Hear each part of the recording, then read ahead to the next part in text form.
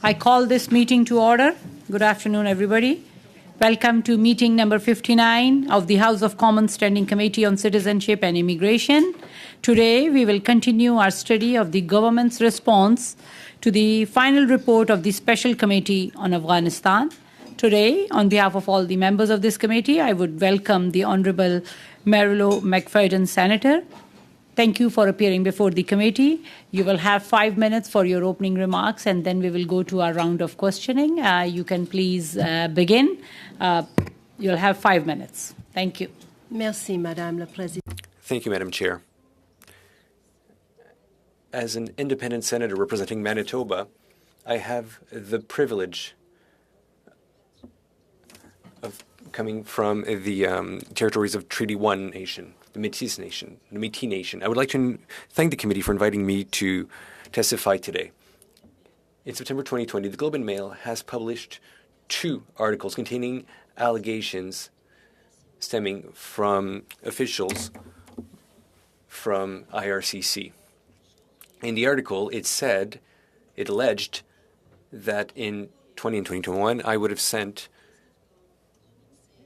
a template document to Afghan people, especially Afghani women, fleeing the Taliban. These allegations are false. Allegations against me in the Globe and Mail and elsewhere are false. They are not true. On August 25, 2021, the facilitation template in question was sent to me by George Young, Chief of Staff to then Minister of Defense Harjit Sajjan. As members will remember, when Kabul fell, Canada had no diplomatic presence on the ground in Afghanistan, and Canadian Special Forces were empowered to do what was necessary to get people safely to the airport for evacuation. Mr. Young received this facilitation template from Global Affairs Canada, and he told me this in writing. As the committee was told on February 8th, both Global Affairs and IRCC were issuing facilitation templates. Yet, IRCC alleged that the facilitation letter I received from Mr. Young was inauthentic, despite the fact that the facilitation template I received from him was the exact same facilitation template content that IRCC was sending to vulnerable Afghans. I will provide the committee with one of the Global Affairs letters from IRCC to compare with what I received. My office did, however, request that the first facilitation template that I received be changed so that it did not state that the bearer was a Canadian citizen. And Mr. Young quickly sent what was requested. My office sent this facilitation template to a rolling list of vulnerable Afghans, names we were receiving from trusted advocates in a number of countries. Names for the rolling list were sent frequently to George Young and Mr. Oz Jungik, a senior policy advisor to the Minister of Global Affairs.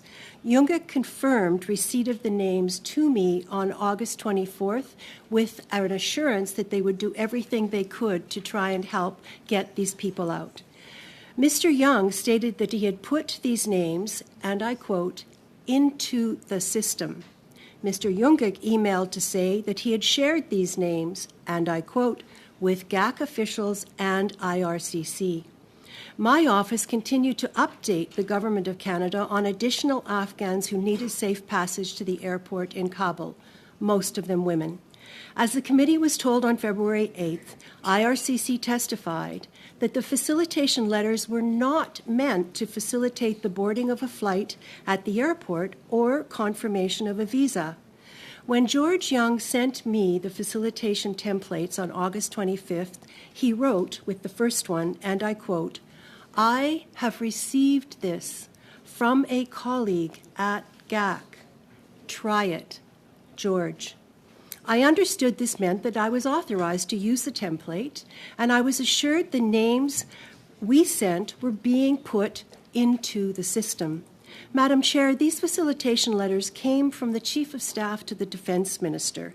IRCC was sending facilitation letters with the same content to also help vulnerable Afghans escape the Taliban. I trusted then, and I do now, the facilitation templates which Mr. Young provided. I trust them to be authentic, and they helped save many lives, mostly women. Ultimately, I made the decision to speak publicly to my colleagues in the Senate when earlier this year I learned that an affidavit had been signed by an official at Immigration, Refugee and Citizenship Canada continuing to allege that I was the source of the so-called inauthentic Global Affairs facilitation template. I then decided to provide my own affidavit in support of the Afghans challenging the IRCC, and I can provide this to you if you wish. I appreciate this opportunity to correct the record. Thank you. Merci. Miigwech. Thank you, Senator. We will now proceed with our round of questioning, and we will begin with Ms. Rempel Gardner for first round. Ms. Rempel Gardner, you will have 6 minutes for your round of questioning. You can please begin. Thank you, Chair. And I would like to start by acknowledging that I think everyone in this room wishes that the government had done more, and that there are still Afghans with connections to Canada that have not been evacuated who should be. Senator McPhedran, did anyone who in Global Affairs sent the visa facilitation letter to Mr. Young? I don't know. You don't know. I do know that in the email that Mr. Young sent that had the first template attached, he copied Mr. Yungut from Global Affairs.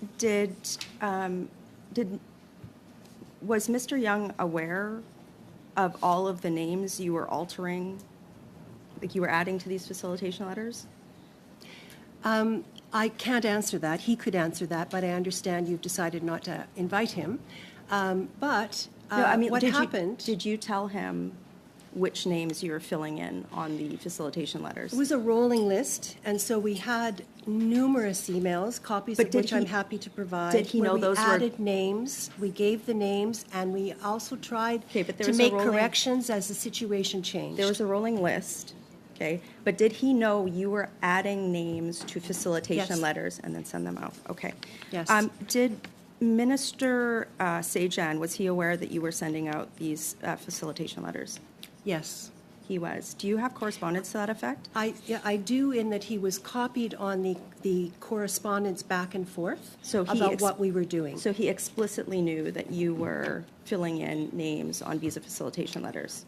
I can't speak to what Mr. Sajan knew in his mind, but I can tell you that he was copied on the communications. Can you table that with the committee? Yes, I can. Thank you.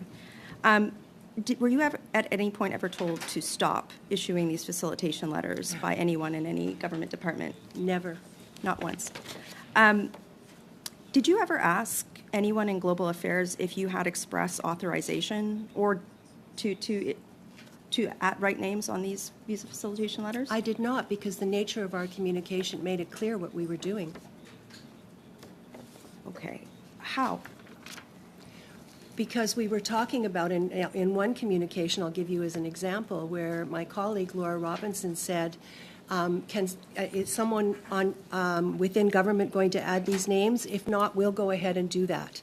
And nobody answered, so we went ahead and did that. And we made it very clear, the communications show that this was an ongoing process until the airport was bombed. Did you give the altered visa facilitation letter to any other third party to distribute? What do you mean by altered? So the original facilitation letter that came in had Canadian citizens only written on it, right? Then Ms. Robinson wrote to Mr. Young and said, this doesn't work, at your request. And then a template came back that was altered. Is that correct? That's correct. Did Mr. Young alter that template? I don't know. You I don't just know. know that he sent it. Okay. Okay, so you don't know that Mr. Young or anyone at Global Affairs altered the template. Well, did you send that I know altered? he sent it. Did you or any of your staff or Ms. Robinson send the altered template to any other third party for the purpose of distributing it? Yes, we were working with a network of trusted advocates. It was altered in that Canadian citizens was removed. Nothing else was changed. Did you have permission from Global Affairs to send the altered facilitation letter to any third party for the use of distribution? Did you have express permission to do that? I'm happy to table the email communications. We made a request because women were getting turned away. Thank you. Thank you. I would love to see that communication. So as many parliamentarians, I also had dire cases in my office pleading for evacuation. On August 27th, my office was corresponding with the government to get one of my constituents' mother, a member of the Hazara ethnic group, and a doctor who was educating women how to resist virginity checkups out of the country. I was not offered a visa facilitation letters, but you were. Why do you think that is? I don't know, other than to say that I had been part of an email group that had started around the 20th of August, and George Young was part of that communication. It was initiated by the then Minister Monsef. In an email included in your affidavit on September 21st, 2021 at 1:03 p.m., you wrote to Mike Jones, Chief of Staff to Immigration and now Public Safety Minister Marco Mendicino, and said, "While we were certainly prepared to work as closely as possible in the event of a Conservative government, I think I can honestly say that we are more hopeful to say the same PM this morning and Minister Mendicino and the team still at the helm of IRCC. Do you think that you were given the ability to issue visa facilitation letters and the ability to choose who came to Canada while others weren't because you had voiced support for the Liberal government to a Liberal minister's political chief of staff during a federal election?" No, I don't think that was the case. Then why do you think you were given authorization or claimed to be given authorization and no one else was? I think because of this communication that was happening in this small group that included copying the ministers regularly. Would you say that your political access to the Liberal government allowed you to select people to come to Canada and period? No, I would say that my decades of work as a human rights activist that led to Afghan women leaders asking me to help. So I've done a decade of work in casework as well, and many of my other colleagues around the table. We don't think that it's equitable or right for parliamentarians to pick and choose who gets to come to Canada in an emergent situation like this. Why did you? Well, first of all, I think we need to correct the fact that I wasn't choosing who gets to come to Canada. Who was? That's a completely different process that happened. My Sorry focus for was on evacuation. interrupting. Thank you. Our time is up for Ms. Rempel Garner. We will now proceed to Mr. Al-Khouri. Mr. Al-Khouri, you will have 6 minutes. You can Merci, please Madame begin. la Présidente. Thank you. Welcome, Senator. Senator, I read various articles in which you mentioned that you were convinced that you were authorized to send these facilitation letters. I would like to speak briefly about this and ask you more details, more specific details. I will base my questions on some of the facts that you've described. First, I would like to point out that I'm not sure if these allegations are true or false, but it is on their basis that I will ask my question. So in various media articles, you said, Senator, that you were authorized to send facilitation letters and that you did this in good faith. You said that you were authorized to do this by a staff member that sent you a template letter. Once again, Senator, I understand that you had a strong desire to help people, and I believe that many of us, probably even all of us around the table here, have the same strong desire. It is certainly one of the reasons why we decide to become public officials. However, I have to say I am strongly convinced that justice and fairness must be at the basis of any decision that we make as public officials. Hence, I believe that we need to respect processes and procedures even when we don't agree with these processes and procedures. So let's start with this hypothesis. Let's say that a staff member sent you this template letter. As a senator and as a jurist, Do you sincerely believe that receiving such a government template sent by email is sufficient to allow you to deliver officially those documents to others? I will await your explanation, please. For your question, and je m'excuse, mais je préférerais. And I apologize, but I would prefer to answer in English if that's fine. And that's fine. The message I received from the Chief of Staff, not just a staff person, the Chief of Staff for the Minister of Defence for Canada, the message said, I received this from a colleague at GAC. Try it. This. Pardon? No name for the colleague? No. A colleague from GAC, then a period, and then George. And attached to that was the first template that included the words that they were Canadian citizens. I asked Laura to write back and say, we're helping Afghans. Please give us a document we can use for Afghans. And very promptly, we received a second template with Canadian citizens removed. All the other wording was exactly the same. All the insignia with the Global Affairs stamp, etc., was exactly the same. So, yes, in an extreme humanitarian crisis, in a huge emergency, that's not when bureaucratic processes should triumph. And frankly, the people from the government that were in the midst of that crisis with whom I was communicating were far more experienced than I was. And so after many, many emails and examples that we gave saying that these women were being turned away by our own Canadian soldiers, that this went on for days and nights with our raising this and saying, they say there's a form. What's the form? What is it that these women need? And finally, around noon on August 25th, that was the email that we received. I was not the only one to receive that email. It was sent to Minister Monsef and her staffer. It was sent to myself and the colleague that I was working with. And it came from George Young, and it was copied also to Mr. Young at Global Affairs. Okay, thank you. Dans un autre... In another article, Senator, you say that in this alleged email, the staff member had received the template from GAC and had suggested that you try it. I would like to specify that when someone tells you that they received a template from GAC and suggests to you that you try it following one of your own requests, I will submit that you took this for granted, that the Global Affairs Minister was delegating authority to you.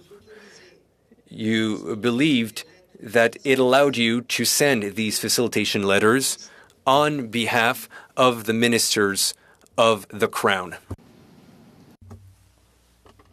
Want? Because the answer is yes, that is what I believed, and that is what I acted on. And it was because all of us were working together to try to save lives. Okay. Oui. 6 minutes? You sure? Yes, 6 minutes. We will now proceed to Mr. Simad. Mr. Simad, you will have 6 minutes. For your round of questioning, you can please begin. Merci beaucoup. Thank you very much. Thank you, Madam Chair. Madam Senator, I would like to come back on the principle.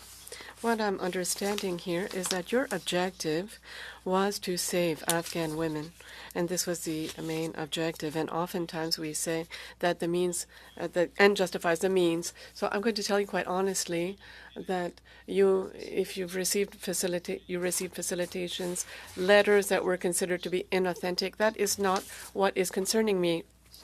But what does concern me is the government action. And what I cannot understand is because I was reading somewhere that you gave out 640 letters, I believe. And so what I cannot understand is how is it even possible that it be a senator to contact Afghans who want to leave and perhaps come into Canada. Why is it not the government? Why isn't it the government that's the lead? Why would it have been you? Why did you take this initiative, given what was happening in Afghanistan? For the question, Monsieur Simard, I think that there's a practical reality here that we need to keep in mind, and that is that non-governmental organizations and advocates around the world were doing a lot of the heavy lifting to try and save lives. Governments were not able, they just weren't able to respond to the massive need. And many of us, certainly in the network of trusted advocates that I was part of, have been working with Afghan women, have been to Afghanistan, work with the organizations for 20 plus years.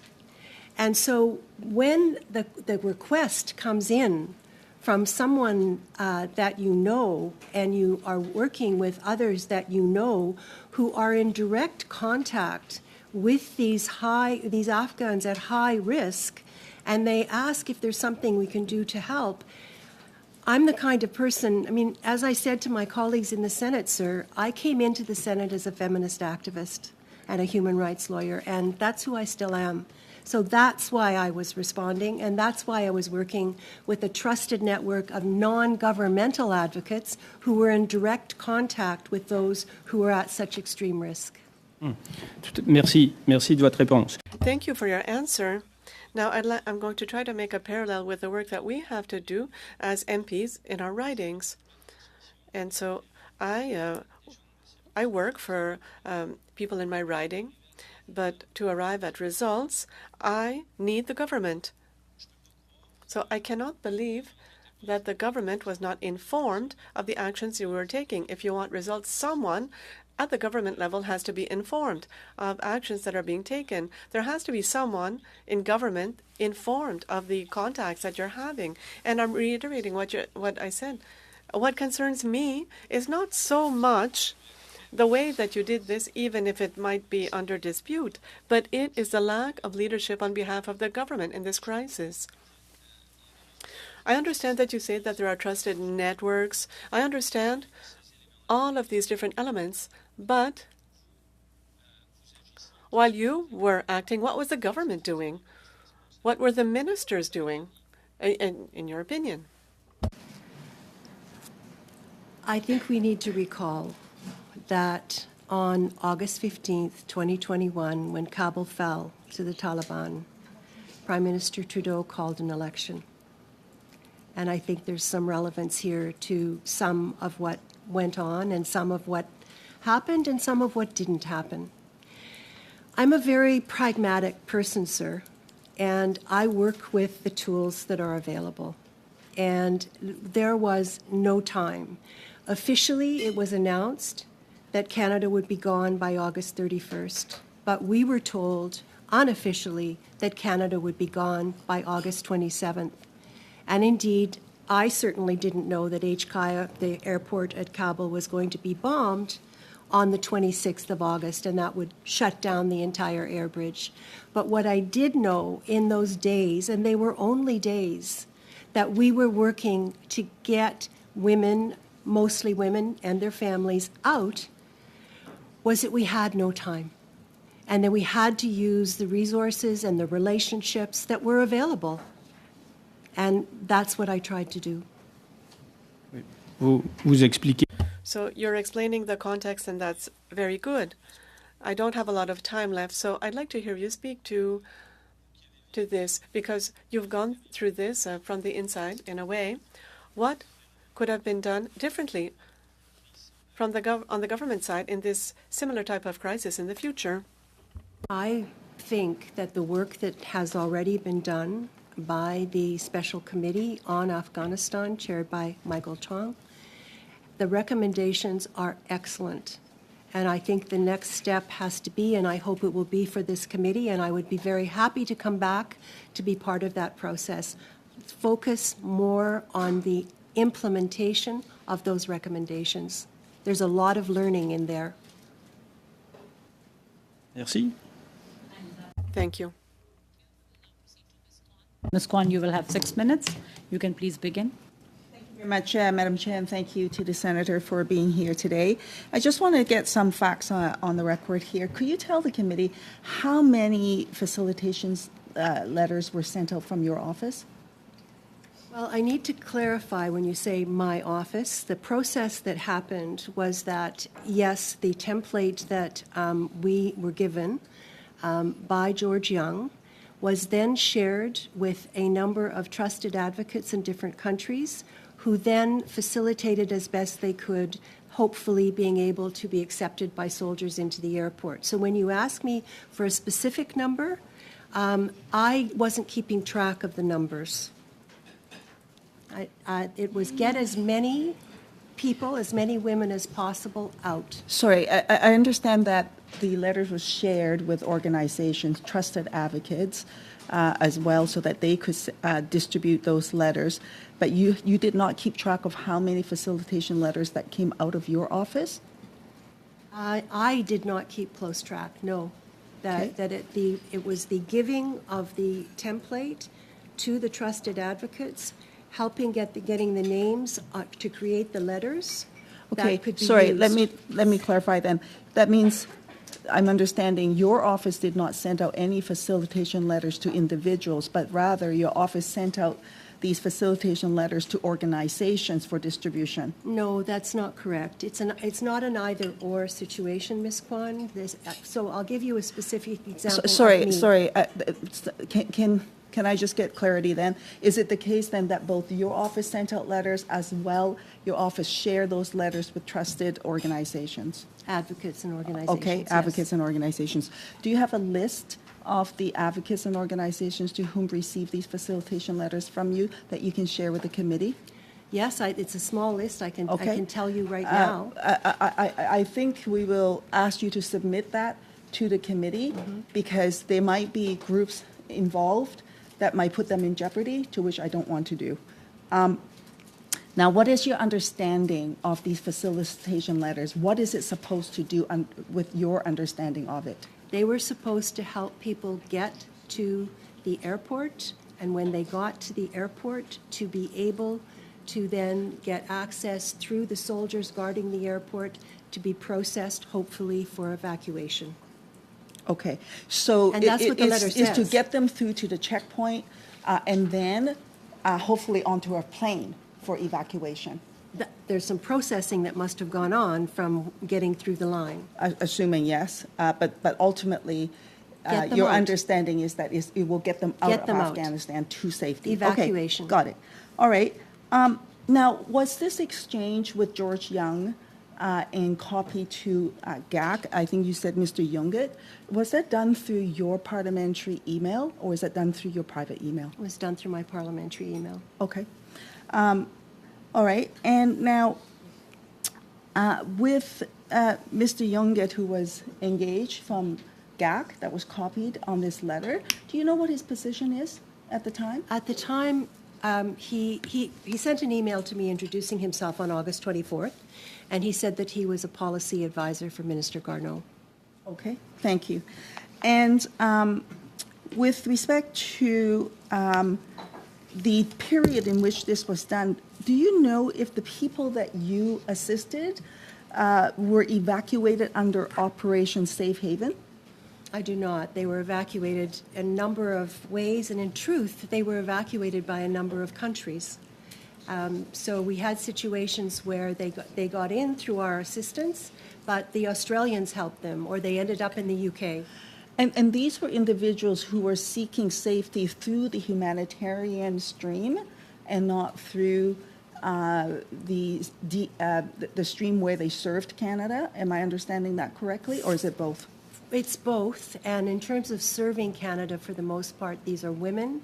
These are women working in Canadian-funded, non-governmental organizations, and some young activists who were male and female working in some of those organizations with funding from Canada. For the people who received this letter, I read in the media that many of them are stuck still, unable to actually ultimately get to Canada for safety. What is their understanding of what that letter meant? Do you know? I can't speak to you about their understanding. I can certainly note for you that there is a application for judicial review of IRCC and the Government of Canada by 5 Afghans at extreme risk, whose lawyers are arguing. Got it. Yes, that the I'm letter- aware. Okay. In your testimony, you indicated that former Minister Sajant was copied. Sajant was copied on the correspondence. Can you explain clearly what he was copied on and what he I can was table advised it. of? You I could can table it. Okay. It's a lot of email, so Yeah. I have copies I here. think that would be very helpful to be tabled, because I think at the end of this, as you receive this authorization, that you believe you have authorization to act accordingly, who within government knew and who within government ministries knew, and ministers, more to the point. Because I don't believe that chiefs of staff act on their own without the authorization of the political master. So if you have correspondence to indicate that the minister were aware and knew this was all going on at the same time, then that is actually a pertinent piece of document. Sorry that for we need to interrupting, have. Ms. Kwan. Your time is up. We will now proceed to Ms. Rempel-Garner for 5 minutes. Ms. Rempel-Garner, you can please begin. Thank you, Chair. Senator McFedrin, earlier in your testimony, in answers to question to me and quasi to Ms. Kwan, you stated that the letters weren't meant to allow people access to Canada. Is that your understanding? Yes, they were to get them to the airport. Okay. So And in to a hopefully get Globe them and Mail out. article yesterday stating that more than 150 Afghans are stranded in Albania after receiving this letter. In the article it says, according to documents filed in a court case, lawyers say Ms. Robinson, your consultant, confirmed in a September 2021 written exchange with someone whose name is redacted that the documents would allow the Afghans entry to Canada. They will definitely be allowed to enter Canada with this letter, Ms. Robinson wrote. How do you square that circle? Well, I think Ms. Robinson has to square that circle, and you may want to invite her to come and speak with you. Do you believe that you delegated authority to Ms. Robinson to make these types of claims? I believe that I asked Ms. Robinson to work with me as a volunteer, and that the delegation you're talking about, I was not overseeing every word that Ms. Robinson wrote. Did you personally see every name that was affixed to the altered facilitation letter before it was sent out? I think by altered you mean the second template yes, that I correct. received? Yeah. No, I did not. Okay. How many, quote, trusted advocate groups in other countries did you send the second template to? Not that many. We were working with the former captain of the Afghan national soccer team, Khalida Popal, who Okay. was the person who initially asked me. did we anyone were in the working with FIFA, if I may answer the question, Sure. please. Thank you. FIFA. We were working with the chief human rights officer for FIFA. Okay. We were also working with a former Olympian, Canadian Olympian, who is now a lawyer in Australia.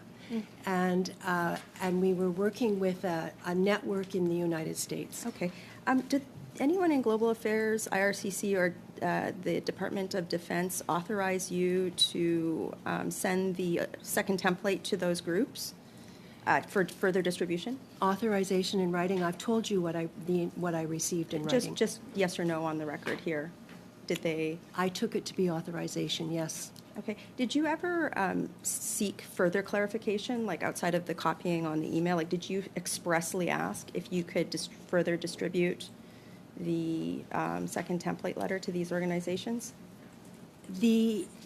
agreement was acted upon and was evidenced in many of our communications. It was very clear that that's what was Are happening. there any other ministers or ministers' office staff that you feel directly knew about what was happening in your office? Absolutely. We were copying Who? ministers regularly. On a not every single email, it depended on Minister the topic, but Mendes- Minister Sajan, Minister Monsef, Minister Mendicino, Minister Garneau, So they all would have direct knowledge of this that was happening. as a result of being included in the email How communications. about Olga Rodchenko? Definitely. Okay. Do you consider that Ms. Rodchenko gave you authorization to proceed this way? I wasn't dealing with Olga Rodchenko, who was the director of policy at the time and then became chief of staff to What Minister about Mike Fraser. Jones? We had communications with Mike Jones, yes. Did any of them ever tell you to stop doing this? No one, Okay. absolutely no one. On August 25th, 2021, at 9:49 p.m., your office, on your behalf, sent the second template, an altered visa facilitation letter, to a family member of one of my constituents. The email that accompanied it stated, quote, "No guarantee that this document will work." It also told my constituent's family to, quote, "Please do not discuss." Why were these items, instructions included in the email that you sent? I'm glad you've raised that. I understand that your constituent has found safety and will be either going or has gone already. After, just on the record though, after coming to danger thinking that they had a passage to Canada, and after giving my office the runaround for a year thinking that this was an official government document, which also put them out of contention for the government's official programs, and also put them in a crush of humanity going to the airport thinking that they had a plane ticket to Canada. But please continue. Why were Yes, those? and Why was in there? I can't speak to how they interpreted. I can tell you, though, that there was no safe way out of Afghanistan in those days. Thank no you. safe way. I'll just close with this. If you had to do this all over again, would you do it the same way? I would try, and I would. I did everything I could do that I thought was possible at the time. Under those circumstances, I stand by what the choices were that I made. Proceed to MP Ali. MP Ali, you will have 5 minutes for your round of questioning. You can please begin.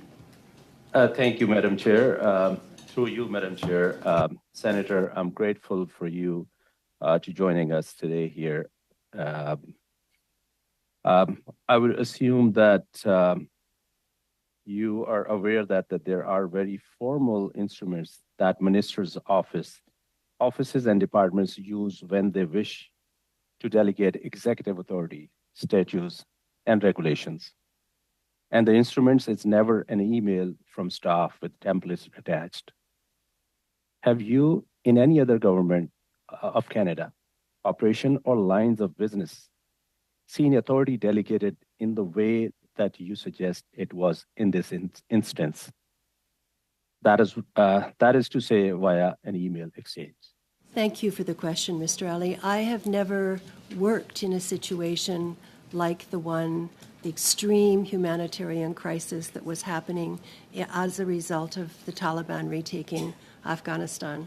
I consider it a unique situation, and a lot of the bureaucratic rules that one might apply just weren't realistic at that time. That's my estimation of it. Senator, I can see that all of the work that you do is motivated by a desire to help others. I can assure you that it is important to me and to this committee to understand precisely what transpired in this situation and not to blame anyone. I want to focus a little bit on the differences between a visa and facilitation letter and your understanding of these two documents. I'm guessing that you are aware that a visa is to come to Canada. A temporary resident visa is a document which foreign nationals traveling to Canada from countries which are not visa exempt must obtain through application prior to traveling here. In some cases, a visa counterfoil is put in the individual's passport prior to travel. And sometimes upon arrival at Canadian border, and you understand that a facilitation letter is an exceptional document which was created and issued in order to help visa holders travel to and through the Hamid Karzai Airport in Kabul Airport. Correct? Sorry, but in my experience of what was actually happening, as opposed to the theory of maybe what should happen, was that many of the people being given the template, letters based on the template from Global Affairs, whether they were getting it from IRCC or Global Affairs or Defense or through my office, they were not holders of visas. I mean, if you look at the letter, you see that the content of the letter has statements that, for the most part, were not true for most of the Afghans that were trying to escape. It wasn't the content of the letter so much that was the purpose of the letter. The letter was to assure the soldiers that they could let someone through to be processed. And those processes, in order to protect our country, had to happen after people made it safely into the airport compound.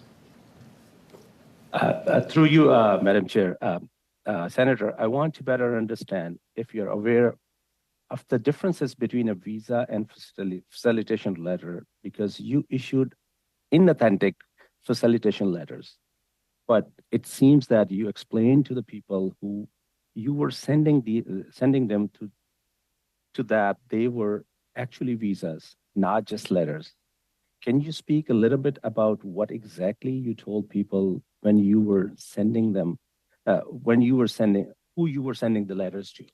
Sir, you can't hold me responsible for the contents of letters that were prepared by the Government of Canada. The content was the content, and it came, in my case, I was assured that it came from Global Affairs.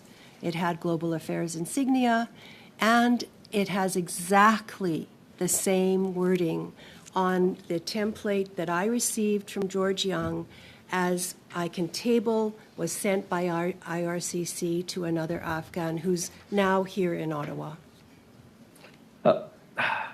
My understanding is that the actual facilitation letters that were legitimately issued by Global Affairs and IRCC came without context from the issuing department, which included an explanation that they were only for the transitioning through checkpoints. Sorry for interrupting, MPLE. Your time is up. Thank you. We will now. We have a different understanding, sir. Thank you. We will now proceed to Mr. Simad. Mr. Simad, you will have 2.5 minutes. You can please begin. Merci, Madame la Présidente. Thank you, Madam Chair. Madam Senator, earlier in a response, you indicated that you were a pragmatic person and that what you seek is results. And therefore, I need to ask you a question and be quite comfortable in responding. Do you get the feeling that the government was really being a laggard when it came to this humanitarian crisis in Afghanistan? I think governments of democracies failed a great deal of the time in trying to respond to this crisis. I think that leaders in civil society picked up a lot that governments dropped and were not able to do at all, or perhaps do well. So my short answer, I wouldn't necessarily use the term laggard, but I would say unable in many cases to respond adequately to the crisis. And again, I refer to the excellent report from the Special Committee on Afghanistan. Many of these issues are very well identified and the changes that are needed. Merci. Donc, sans vous. Thank you. So without putting words into your mouth or accusing the government, let's say that you were more efficient than the government was. Let's put it that way. So now, if I am within government and I'm aware of the steps that you're taking, and you talked about groups of trust that you had a relationship with, it seems to me that the very first thing that would come to mind for me would be to contact you and to create a link with these groups of confidence. That's the first thing I would do, because I would like to be aware and I'd like to know steps to be taken and how things develop. So I can't believe that no one in government got in touch with you in order to find out who these groups were. Did anybody come into contact with you? There were numerous conversations and numerous communication, and in particular with Olga Redchenko, the Director of Policy at IRCC, and in particular around mid-September, when many of the women, some of whom are still languishing in Albania, who had been airlifted by FIFA. And the facilitation letters were part of what made it possible for that airlift to happen of those hundreds of women athletes. And the understanding was not that they had visas. Sorry for interrupting, Senator. Time is up for Mr. Semad. We will now proceed to Ms. Kwan. Ms. Kwan, you will have 2.5 minutes. You can please begin. Thank you. Senator, you mentioned earlier in your testimony that former Minister Mary Monsaf's staff and then another colleague were aware of these facilitation letters. Can you advise who's this other colleague? Laura Robinson. Got it. Okay, thank you. I thought so, but I just want to be sure. Now, given the current situation, there are many Afghans who've been left behind, including the ones that you've been trying to assist. And there's those who need a humanitarian stream, and then there are those who served Canada. In fact, people who served Canada through the military, through NATO, through various other activities to help Canada complete its mission, they did not even get the application process. The government came in with a 40,000 limit, arbitrary number that came from I don't know where. Do you think that the government should be lifting that arbitrary 40,000 limit? Absolutely, absolutely. This is essentially a promise. The promise said at least. The minister's mandate letter says at least 40,000. It does not say stop at 40,000. You've made some very powerful points on this, and I agree with you completely. Okay, and some of these applications came into the system in an email that the government told people to indicate the intention to try and get to safety through back in August in the summer. And I'm still getting emails, by the way, and family members contacting me who have not even gotten an acknowledgement or response from the government. What do you think the government should be doing about bringing individuals to safety, particularly those who are in crisis, being persecuted by the Taliban, and those who served Canada and their family members? You know, first of all, I think the recommendations made by the Special Committee on Afghanistan identify a number of the actual practical steps that need to be implemented.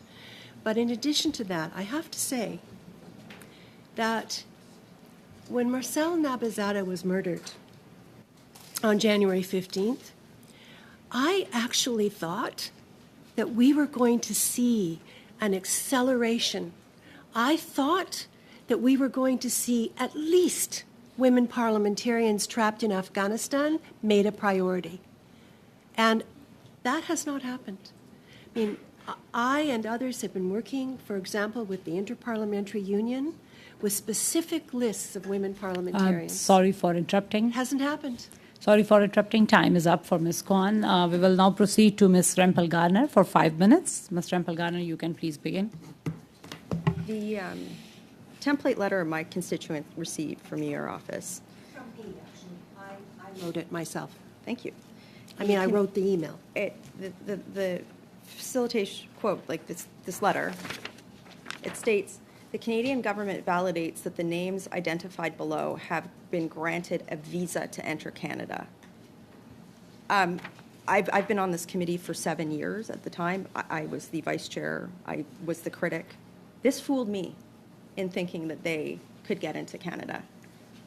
So are you now claiming that you never thought that this would actually grant them entry into Canada? I'm not responsible for the wording that Global Affairs put into that letter. Let me be very clear. I am not responsible for the content of that. The letter was provided, let me finish, please. The letter was provided to I just have 5 facilitate minutes. getting into HKIA. Okay. In the original facilitation letter, my understanding from Global Affairs Canada is that these were only issued to Canadian citizens. Why would it say that they need a visa to enter Canada if they're a Canadian citizen? So was it altered, the word visa, was that altered in the second template? The only change, as I've stated previously, was removing Canadian citizens. Thank you. So in previous testimony today, you stated that you did not know all of the names that were being entered on these forms, correct?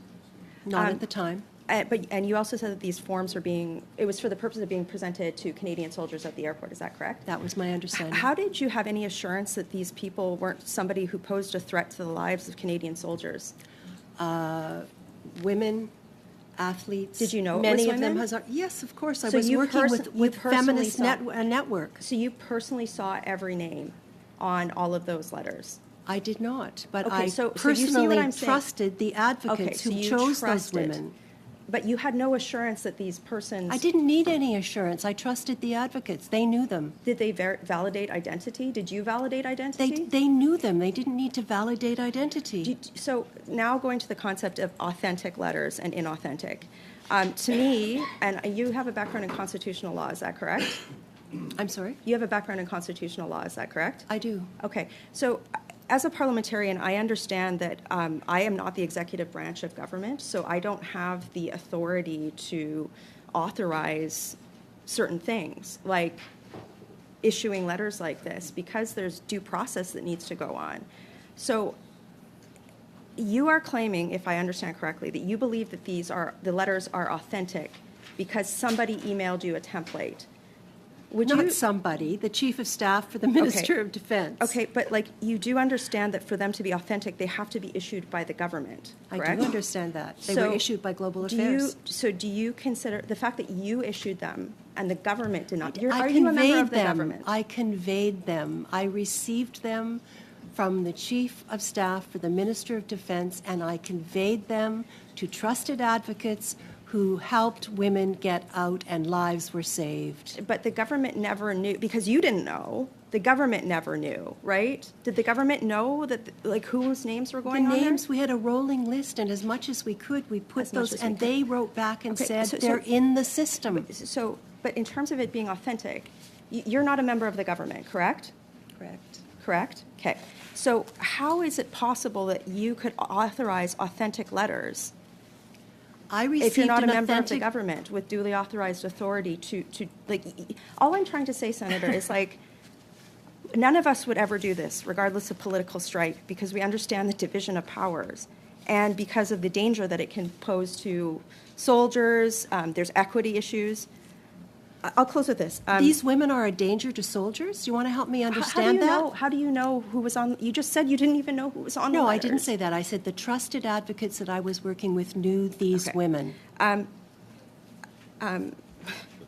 did the people you select, how were they more deserving than other people that were on the government list to get? How did you determine that? I didn't determine that. I was doing what I could with the resources I had. Earlier, you also said that you believed that the election had an impact on this. Do you believe that the Prime Minister's calling of the federal election during this time precipitated the need for you to undertake these activities? I wouldn't put it that way. I would say that there were a number of impacts. Thank you. My colleague, my caseworker from Ottawa, her name's Mackenzie Schultz. She's in Ottawa today. She spent a year lobbying the government, trying to get information, going through all the hoops to try to get my family out. Do you think that what you did was better than what she did?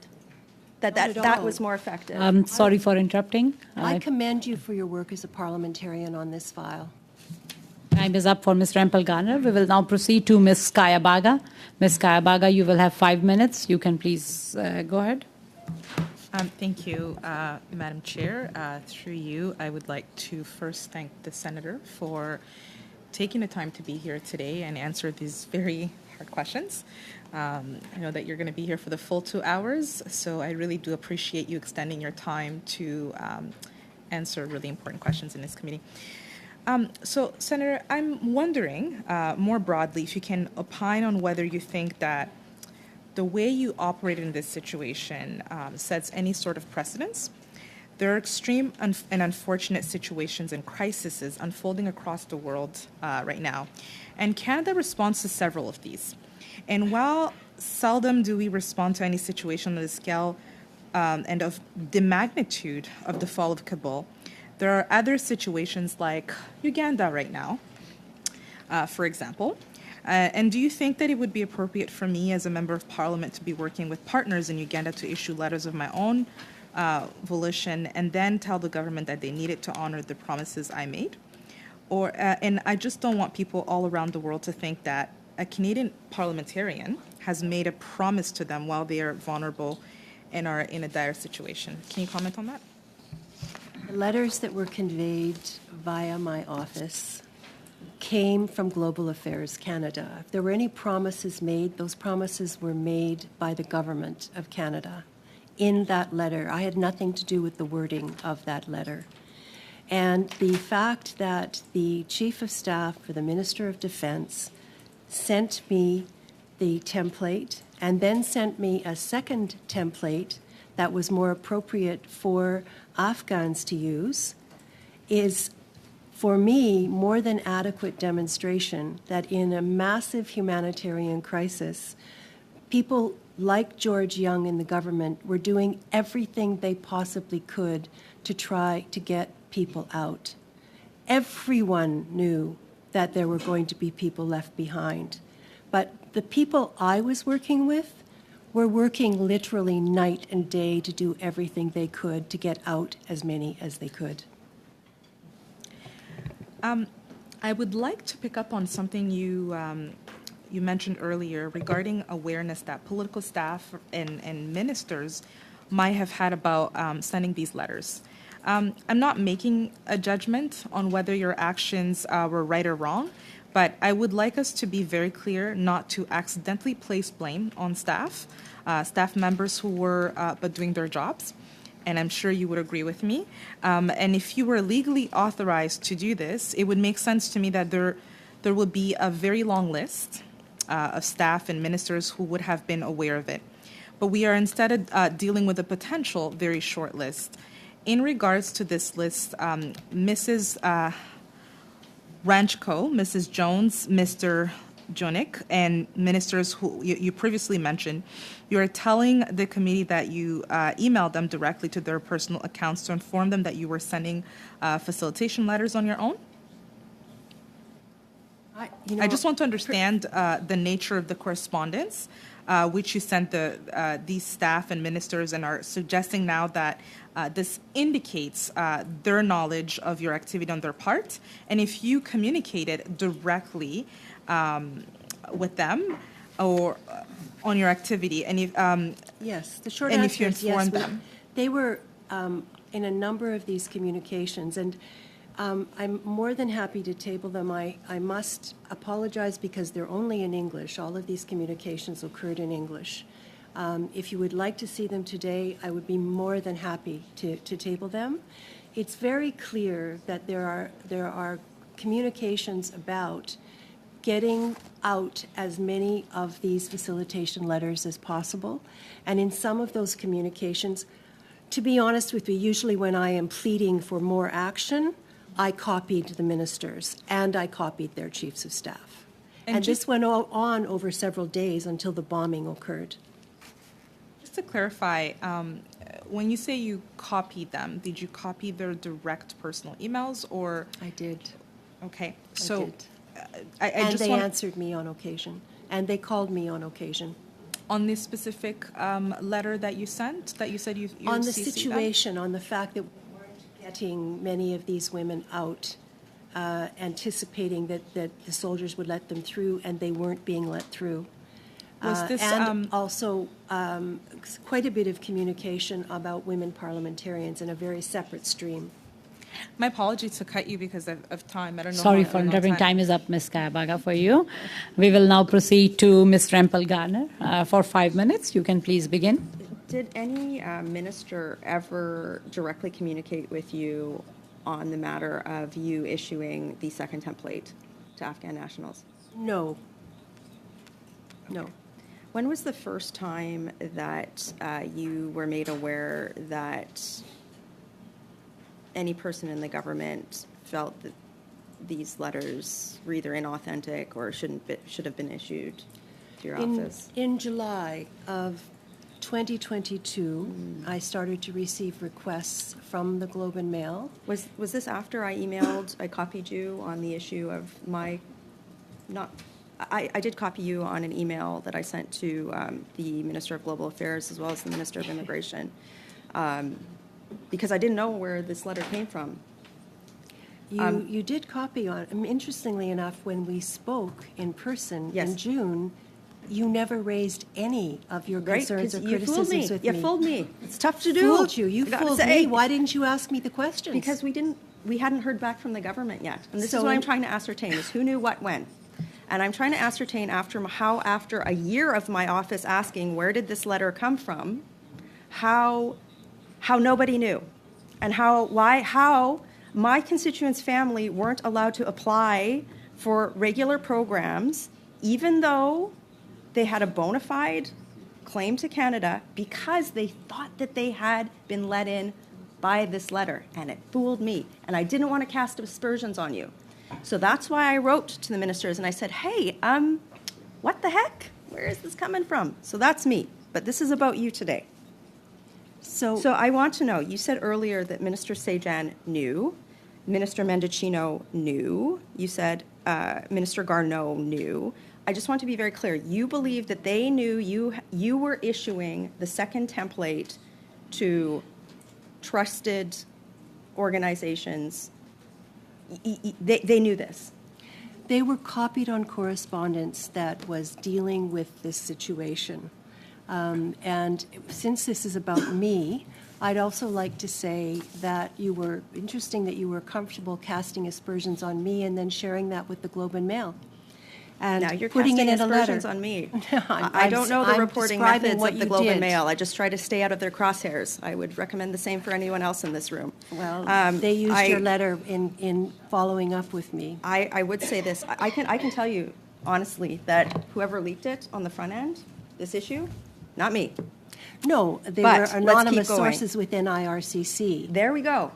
So when did you find out? So I want to know, when did you sent this list of people? Lists, rolling lists. When did you send this list? Many times and over several days. And you were sending the rolling list, were you saying these are people that need to get out, or these are people I'm issuing the letters for? A combination, saying we're issuing. Can you table that with the committee? Yes, I can give you everything. I'm happy to. Okay. I'm specifically interested. Okay. And can you tell me which email address, just to follow up with Ms. Kayabaga, you know for a fact that you sent it to the actual minister's personal email addresses? They're P9s. Okay. Did you receive any responses from the minister's P9s with regard to the facilitation letter? Can you table that? Received phone calls. Can you table that with committee as well, yes, too? Yes, I can. Okay. I also think that it's really important what Ms. Kayabaga said, desperately important. Regardless of what you may think, I think that it is important for anyone listening to this committee to understand that parliamentarians in the Senate or in the House of Commons do not have authorization to grant access to Canada. Because I think And I did not do that. Okay. I did not do that. I'm not clear at this point, Senator, what you thought you did. I have a letter here saying visa facilitation letter. There's a Globe and Mail article saying Ms. Robinson said this letter will definitely get you into Canada. But for the record, for anybody who's listening around the world or in Canada, a parliamentarian cannot grant you access into Canada. We can't grant you access to an airport. There's a reason why we have government processes, and I want to be very clear. Our job as parliamentarians is to fix the processes, to hold the government to account. And Senator, you put my family's lives at risk I did. reject that You did. allegation. I You- reject that You did. allegation. They I went did to- everything I could to try to help them. No, they went had to the make airport choices. and they came. They put their lives in danger, and then they weren't able to apply for a regular program. Do you know how much heartbreak that?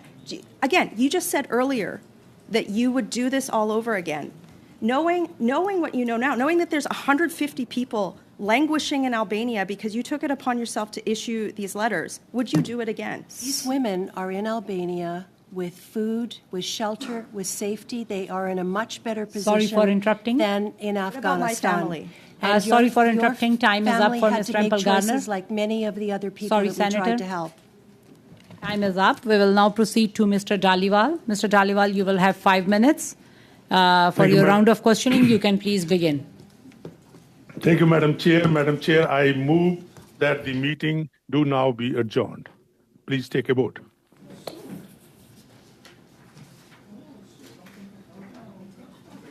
We have to take a vote. We have to take a vote. It's a non-debatable. We will have to take a vote. So in terms of, can you just...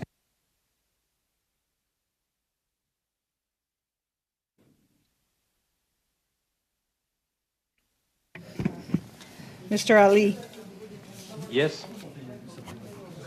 Mr. Dhaliwal, Yes? Mr. El Khoury. Yes. Ms. Kayabaga. Madame Lalonde.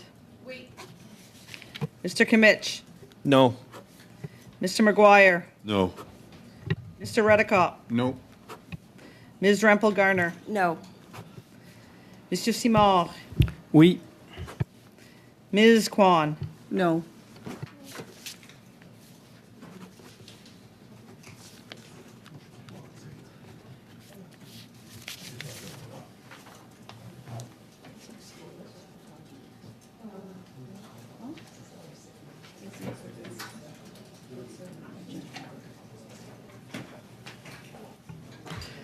So the committee is adjourned. We have 6 years, 5 days, so the committee is adjourned. Yeah, Madam Chair.